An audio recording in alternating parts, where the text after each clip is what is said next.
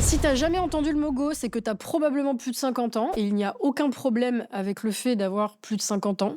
C'est d'ailleurs une très bonne nouvelle quand on y pense. Alors, c'est quoi une go ?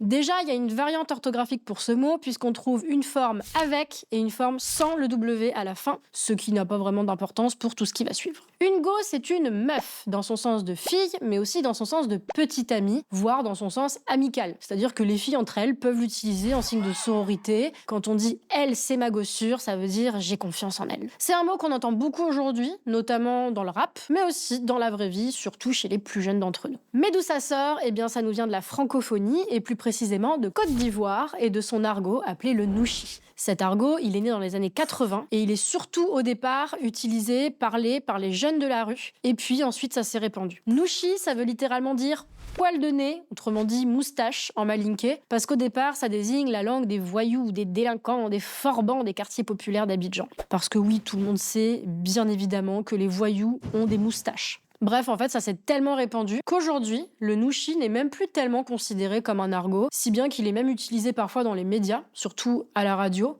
ou par les politiques. Mais revenons à notre go. Si le mot go a été popularisé par le nouchi des Ivoiriens, il existait déjà auparavant, puisque le nouchi, c'est en fait un mélange de plein de langues. Alors déjà le français, puisqu'on retrouve les pronoms personnels, les prépositions, les déterminants, et d'un point de vue général, la syntaxe française en fait, mais aussi toute une multiplicité de langues africaines comme le dioula, le malinké ou encore le bambara, surtout en ce qui concerne le lexique, ce qui fait qu'une personne française qui n'a aucune notion des langues africaines ne comprendra rien au nouchi puisque les noms, les verbes, les adjectifs sont des emprunts à ces langues. Alors il y a aussi des emprunts à l'espagnol ou à l'anglais, du style « il a 10 apps » pour dire il est parti, qui est une apocope de disappear en anglais en fait. Bref, le mot go nous vient du bambara, qui est la langue majoritairement parlée au Mali, et go désigne une petite amie en bambara et serait donc une déformation de girl en fait. Donc si je reprends, on a girl qui donne go en bambara, qui est adopté par le nouchi en Côte d'Ivoire,